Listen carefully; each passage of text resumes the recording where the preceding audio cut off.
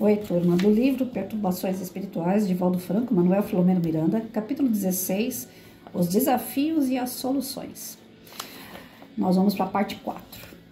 Convidados pelo benfeitor a uma reunião prévia na sala mediúnica, às primeiras horas do amanhecer, tendo presentes inúmeros ceareiros reencarnados que morejavam na sociedade e aqueles outros do campo vibratório, ouvimos o mártir do passado na sua exortação. Irmãos queridos, a hora urge. Os acontecimentos funestos que enlutaram a Terra no começo do século através dos atos de terrorismo coletivo e individual foram trabalhados nas esferas espirituais inferiores e transferidos para o mundo físico. Um dos seus chefes reencarnou-se em tempos antes com a infamante tarefa de estarrecer o planeta com a sua hediondez e insensibilidade sob o tenebroso comando das trevas de que participava. A providência divina inspirou as reações internacionais e deu-se início tempos depois à Primavera Árabe. Mas os reclamos do ódio dos alucinados pelo fanatismo incendiaram o Oriente e ameaçam o Ocidente com as labaredas destrutivas que a tudo devoram, infelicitando milhões de desafortunados expulsos das suas terras e fugindo para acampamentos hórridos em resgates ultrajantes. Todavia o Senhor vela por todos e a questão vem merecendo compaixão e misericórdia neste processo de depuração do planeta em transição.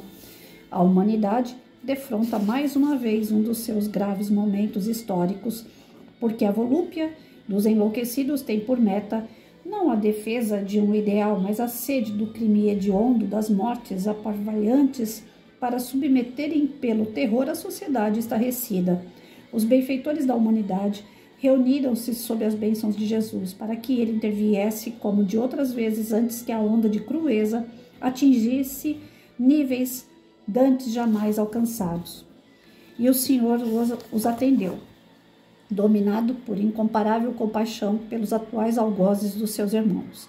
Ainda verteremos muito pranto antes que as nuvens, carregadas de rancor, cedam lugar ao sol da fraternidade, trabalhando com acendrado carinho e sacrifício as falanges da luz, ainda de amparar, além de amparar os perversos em luta, reencarnam-se em massa para a grande e final batalha que será travada no mundo físico. O Senhor confia em nosso humilde contributo, em nossa dedicação. Logo mais estaremos dialogando com o nosso inditoso irmão, concluindo uma etapa de alta significação. Confiemos. Todos nos encontrávamos visivelmente emocionados, pequenos obreiros que nos reconhecíamos ser, não compreendíamos que a humílima atividade a que nos vinculávamos teria repercussão mais significativa e de alguma relevância. Então, até aqui, a gente entende ainda, as orientações do campo espiritual, dizendo que há batalhas, existem ainda muitas batalhas entre o lado das trevas e o lado da luz. E o Divaldo, ele tem essa, pelo menos até onde eu tenho lido nas obras dele, ele tem essa particularidade, essa preocupação nas obras de passar para a gente como que está sendo feita essa transição planetária. Alguns detalhes, algumas questões que dependem muito mais de nós, de verdade, para que o planeta evolua, para que as pessoas, para que os espíritos reencarnantes sejam melhores. Então, nós estamos atrasando o nosso passo. De fato, eu vejo assim, pelas obras que a gente lê, pelos estudos que a gente tem, que nós estamos atrasando o nosso passo.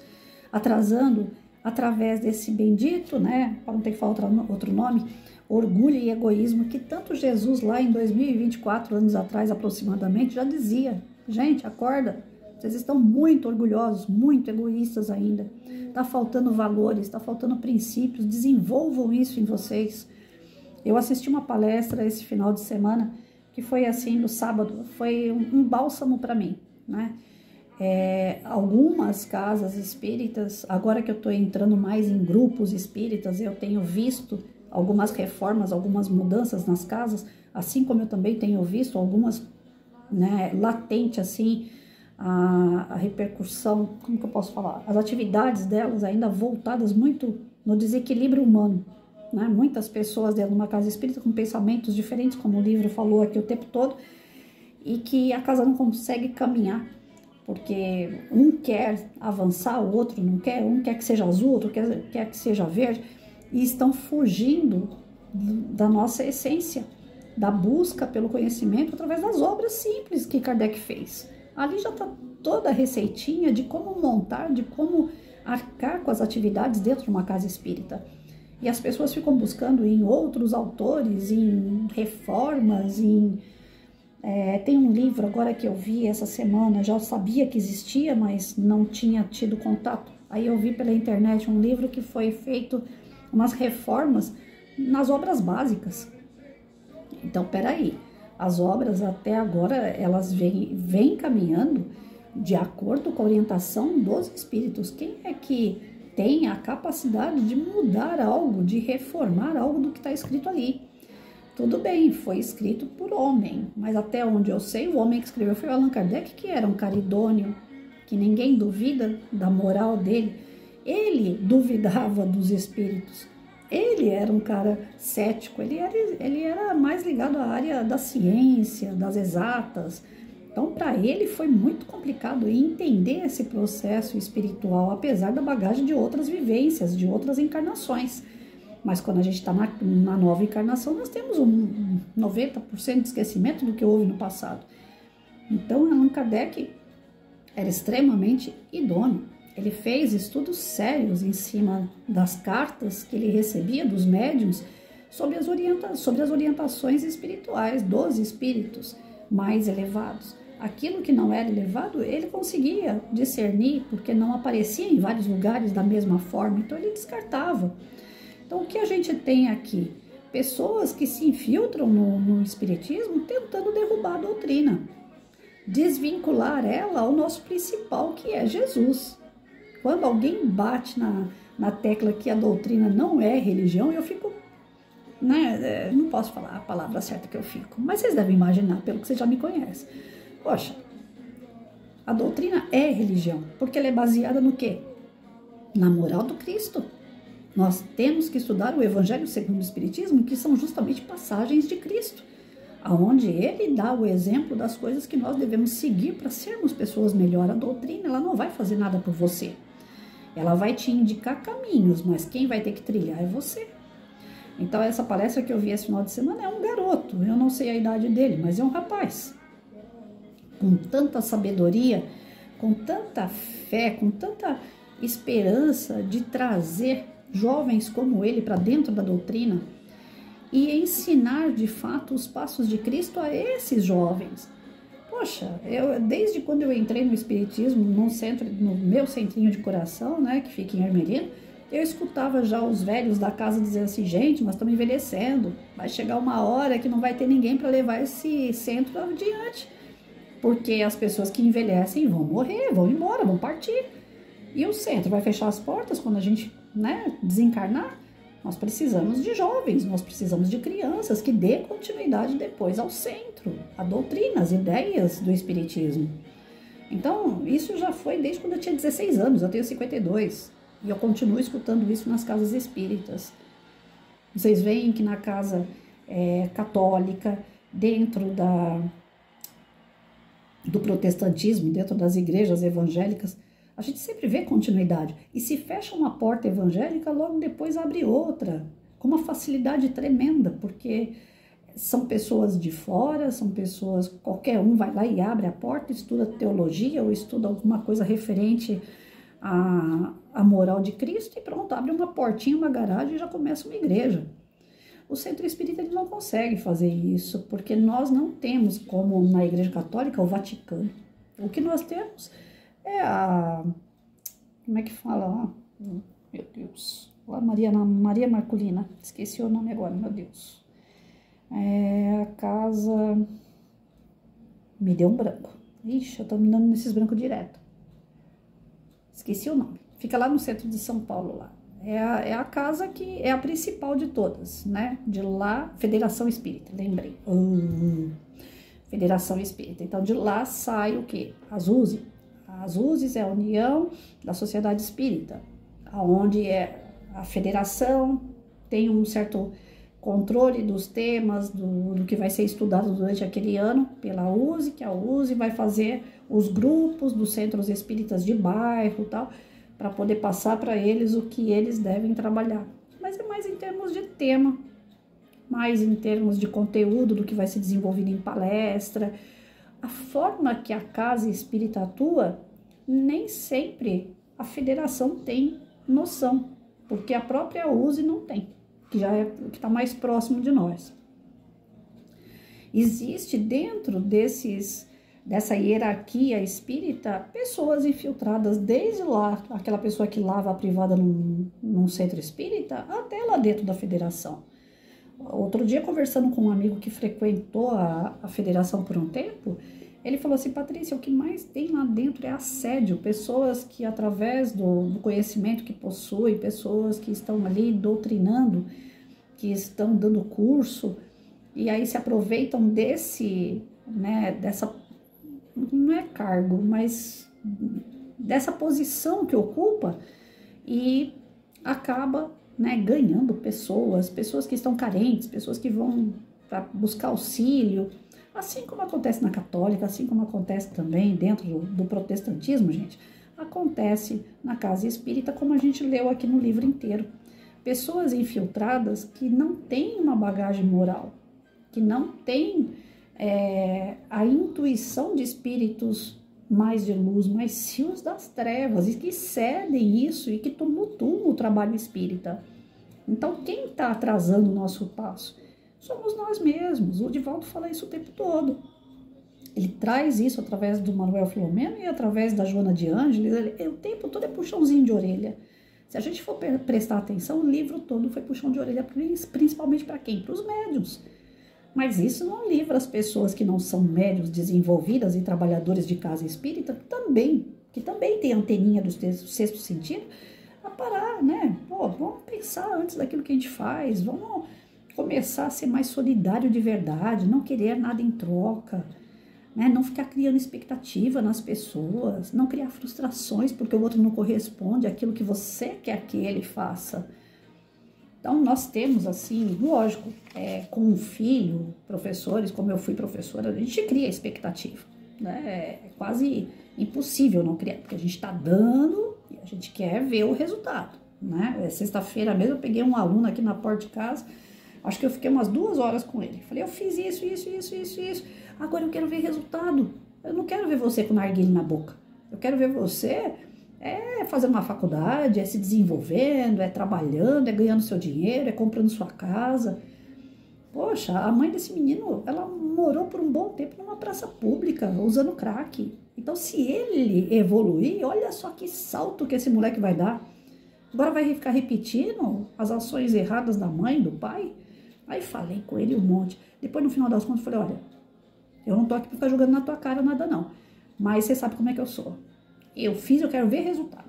Então, no final de contas, professor e pai, mãe, a gente sempre tem esse tipo de argumento. A gente quer ver resultado, Mas tirando essa parte, que ainda assim nós estamos totalmente errados, porque nós queremos ver resultado, mas não temos que ficar exigindo o tempo todo, não. Depois que o cara já pega uma certa idade, aí é com ele, não é mais com você. As escolhas do seu filho, da sua filha, do seu aluno, são escolhas deles, é o livre-arbítrio. Aí até nessa palestra do sábado, nós chegamos a falar sobre isso, que eu escutei uma vez dentro da casa espírita, como evangelizadora. Eu falei assim, olha, tem um garoto, eu reclamei com a minha coordenadora, eu era só uma evangelizadora. Aí eu falei com a coordenadora da evangelização, falei para ela, olha, tem um garoto que todo domingo eu vejo ele vir.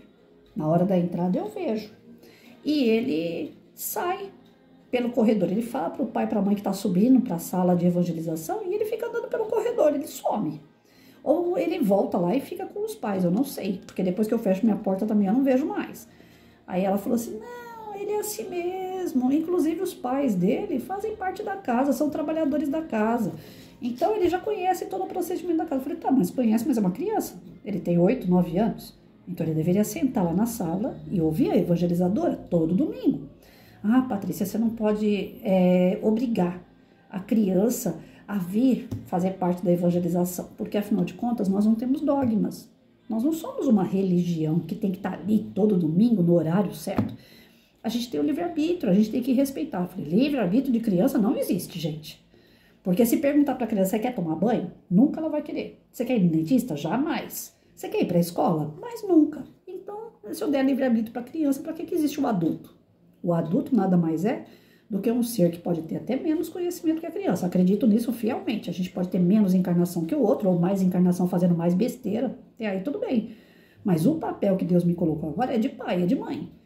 É de evangelizadora, é de professora. Então, quem manda sou eu. Desculpa, a ordem hoje é essa. Se amanhã ou depois essa criança vai ser meu professor, meu pai, minha mãe, aí é outra história. Ela manda.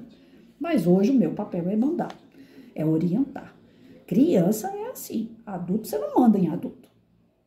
Então, quando um filho chega nos seus 18 anos, que ele emancipa, pelo menos na lei carnal, você também já deixa ele emancipar na lei espiritual. Ó, agora tudo que você fizer é obra tua. Eu já não tenho mais nada a ver com isso. Mas até os 18, quem manda sou eu. Dentro da minha casa eu cansei de falar isso pro meu filho. Eu falei, olha, aqui não é a hora que você quer chegar. Não é fazer aquilo que você quer fazer. Você tá na minha casa. Então você vai me respeitar. Enquanto você estiver aqui, as regras da minha casa quem dá sou eu. Então só vai poder chegar aqui até meia-noite. Depois da meia-noite a carruagem vira abóbora, filho. Aí já era. Aí você não entra mais. Beber perto de mim, chegar bêbado em casa, chegou uma vez só. Falei, não. Botei a mochila no meio da casa aqui e falei pra ele, olha, você pode encher tua mochila e cair fora, porque eu não vou ficar aguentando o filho chegar bêbado em casa, vomitando dentro de casa, mas de jeito nenhum. Eu trabalhar o dia inteiro, ficar limpando vômito de cara vagabundo. Não. Então, assim, eu já fui muito dura. E pode ser que em outras situações eu volte a ser. Eu não tô dizendo que eu fiquei livre dessa dureza toda. E também não tô dizendo que fiz certo. Porque se eu tivesse feito certo, o filho estaria aqui até hoje. Não queria ir embora, morar sozinho, né, ter a vida dele. Mas quando ele quis isso, eu já estava com 24 anos. Aí eu falei, agora o que você plantar é teu, né? O que você vai colher. E eu não tenho mais nada a ver com isso. Se alguém um dia ligar para mim e falar assim, ó, o Rafael tá bêbado em tal lugar, o mais que eu posso fazer como mãe, a gente faz, é ir lá. Botar uma água gelada em cima do cara, fazer ele voltar assim e falar para ele, e aí, né? O que você tá ganhando com isso? Ainda rezar um sermão. Mas passar a mão na cabeça eu não vou passar. Como mãe eu vou lá, eu vou abraçar, eu vou cuidar. A gente cuida mesmo, a gente é besta. Mãe, como eu falei aqui num vídeo passado lá no vídeo do Deluca, eu tava falando isso, a gente tava falando da Virgem Maria, eu falei, mãe é mãe, né? O cara pode fazer o que for. Ainda teve um comentário que falou assim, se mãe não fosse, né, esse coração todo, na frente de presídio não ia estar cheio de fila com mãe. Então, assim, mãe é única, eu não vejo ninguém ser tão, com coração tão bobo como o de mãe. Mas tem um limite também. Quando o cara chega na fase adulta, esse coração bobo aí também tem que dar uma podada, porque senão eles pisam na bola com a gente. Mas quando é pequeno, não. Quando é pequeno, quem manda é pai e mãe. Por falta de pai e mãe orientar, chega na escola, o aluno tá querendo bater em professor. É livre-arbítrio. Não pode ter livre-arbítrio tanto assim. Criança, adolescente, não. O adulto, você fala, agora você responde por você, né? Mas para isso você já deu toda uma estrutura lá atrás. Eu fico orgulhosa do meu filho, apesar dos atritos que nós tivemos, a nossa separação, porque ele saiu de casa e não me pede uma azeitona. Ou seja, ele tá fazendo valer o que eu ensinei. Porque eu também, quando saí da casa dos meus pais e fui morar com meu marido, que a gente casou, eu não pedi nada para pai e mãe. Nós dois passamos o pão que o diabo amassou, passamos juntos, sozinhos, eu e meu marido, sem ter que ficar pedindo socorro para pai e mãe. Então, o que ele está fazendo é reproduzindo aquilo que eu ensinei. E eu fico orgulhosa, que eu falo que alguma coisa deu certo, né? Eu ensinei coisa boa. Tá indo. Se não tá fazendo tudo certo como deveria, aí já é problema dele.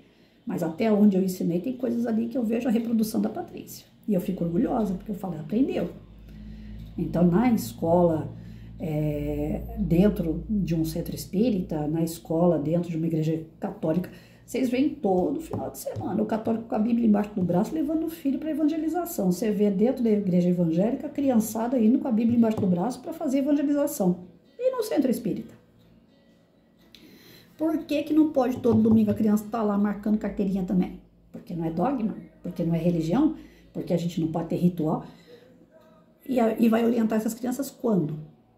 Quando tiver adulto, cada qual já pulou num monte de religião, já aprendeu um monte de coisa diferente, depois fica se degladiando dentro do centro espírita, trazendo más influências e não deixando a doutrina caminhar, barrando o crescimento, a evolução dessa doutrina tão maravilhosa.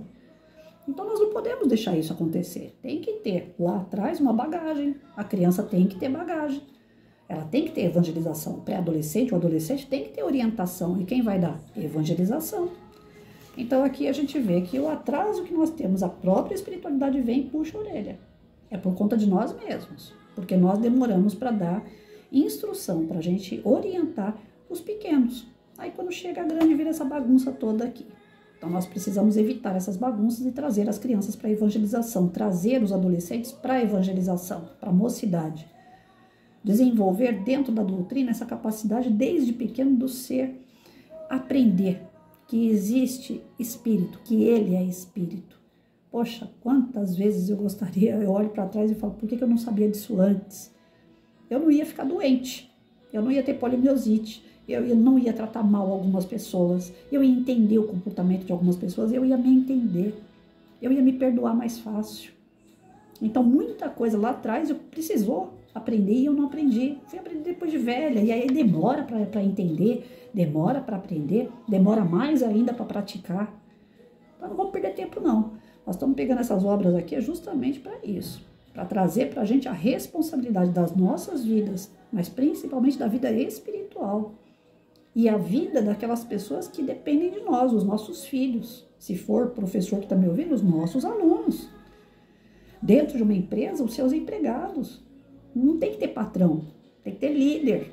Tem que ter pessoas que vão lá, mão na massa e ajuda também. E dá exemplo, porque é só mandar. Toda vez que você mandar em alguém, você deu exemplo. Quantas vezes a minha diretora, eu tive uma diretora que era muito boa. Dona Cristina Tausen, eu tenho que dar o nome dela aqui. Poxa, gente, tem que fazer tapete de Corpus Christi. Ah, eu não quero. Ah, é chato. Ah, o prefeito pensa que a gente é escravo. E só vinha reclamação. Ah, tá bom, gente, vocês não querem fazer o tapete, não tem problema não. Eu vou lá, eu faço sozinha. É da escola, a gente é obrigado a fazer, mas vocês não querem? Não tem problema. Ela ia lá pro meio do pátio, começava a rabiscar o desenho lá no papel, ia comprar os produtos para poder preencher o desenho, que é o nosso tapete. Quando a gente via, já tinha lá meia dúzia de professores em cima dela. Ô, Cristina, vai fazer sozinha, não. E ela, não, mas se vocês não querem, eu não posso obrigar. Mas eu, como diretora, eu sou obrigada a fazer, né? Então eu tenho que fazer. Aí quem disse que a gente deixava ela fazer sozinha, ela não era a nossa diretora. Era uma pessoa líder. O líder vai lá e bota a mão na massa. Ele não obriga ninguém. Ele conversa, ele tenta chegar num comum acordo. Viu que não dá? Ele lidera, ele vai lá e ele vai começar a fazer. E vai ter sempre alguém que vai olhar e falar assim, ah, não vou deixar ele sozinho. Porque ele está servindo de exemplo. Ele não está escravizando ninguém, ele está trazendo as pessoas para perto dele para fazer aquilo que ninguém quer fazer. O líder, ele acaba convencendo pelo exemplo. Não precisa ficar mandando. Então, dentro da casa espírita, tem que ter o exemplo. Qual é o exemplo que a gente dá para as nossas crianças? Você quer, filho, assistir a palestra, você quer ir lá ficar com a evangelizadora? E a evangelizadora, o que ela tem feito? Ela tem dado só desenho para pintar? Ela tem só contado historinha, que a criança fica dormindo durante a aula? O que a evangelizadora está fazendo? Está tendo curso para evangelizadora? Será que o pessoal lá de cima, né, da federação, da USE, tem capacitação constante para esse pessoal? Porque como é um trabalho voluntário, também fica muito disso. Ah, é um trabalho voluntário, a gente não pode obrigar a pessoa a fazer um curso. Mas quem quer ser evangelizador tem que cursar, tem que aprender como lidar com a turma. Hoje tem tecnologia. Eu vi esse menino falando na palestra, Lucas, eu acho que é o nome dele, é que eu sou péssima de memória.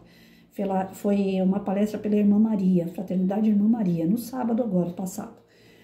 Então, dia 16, né? 16 de agosto. Quem quiser depois entra lá no YouTube que tá gravada essa palestra desse menino. Muito boa. Aí ele pegou e falou assim, né, que nós temos que orientar essas crianças, esses adolescentes, de uma forma unificada, né? Você vai falar com o adolescente, não é a mesma linguagem que você fala com um adulto. Às vezes é necessário até você puxar como que ele falou, uma gíria, né? Falar a língua da pessoa para trazer ele para você. Nesse mundo cheio de tecnologia, de avanço, tudo você aperta um botão e faz um monte de coisa no computador, no celular. o evangelizador ficou ultrapassado, porque ele entra lá para evangelizar com um livrinho na mão, contando historinha, não deixando a criança sair para não atrapalhar a palestra.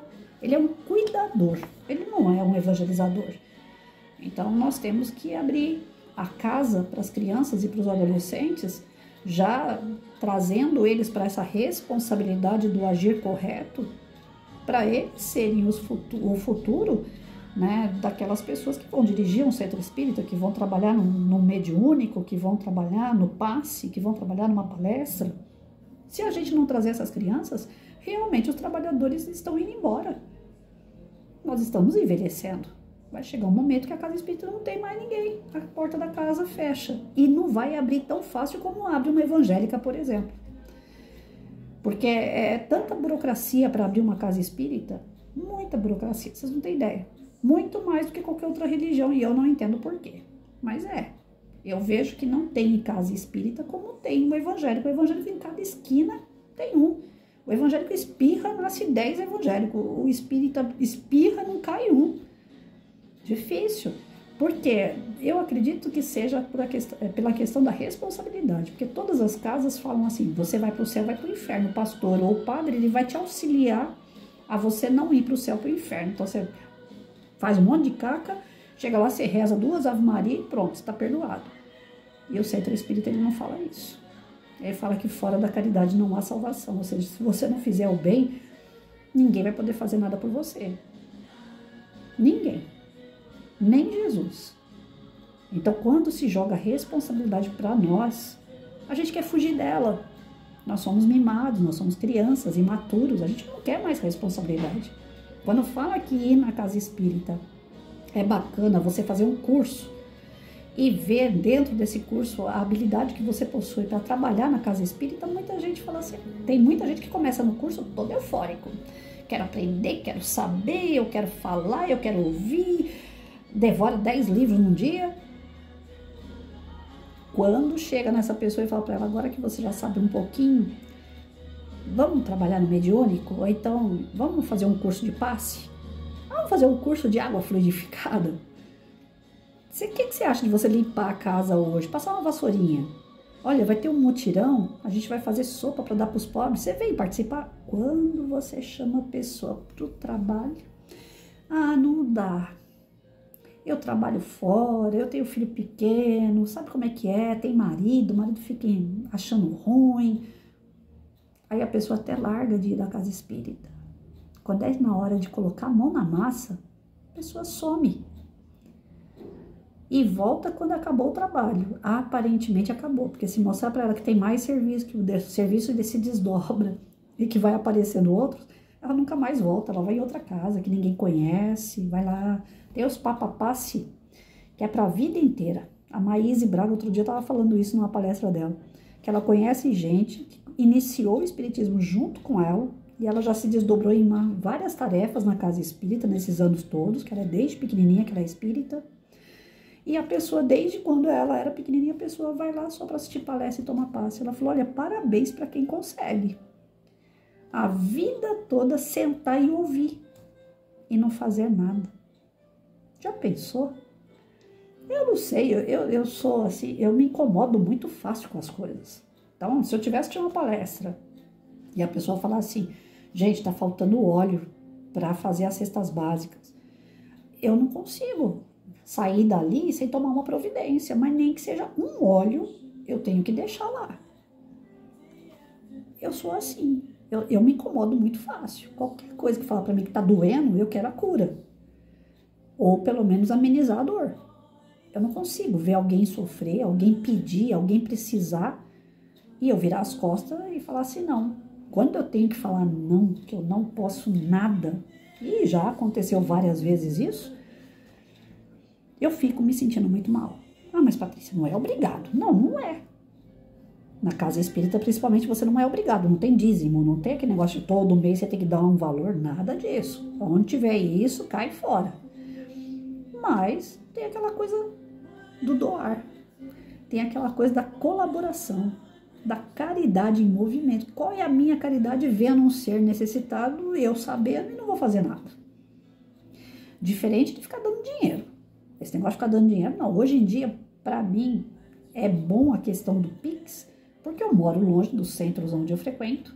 Às vezes tá precisando de algum alimento, alguma coisa, eu falo, ó, não tenho como levar o alimento aí. Se eu for pagar um Uber, vai sair o preço de uma caixa desse alimento. Então é melhor eu mandar o dinheiro por Pix, que aí eu mando pouco, devido ao pouco que eu tenho, e não tenho que pagar um Uber para levar e eu não tenho condições de ir.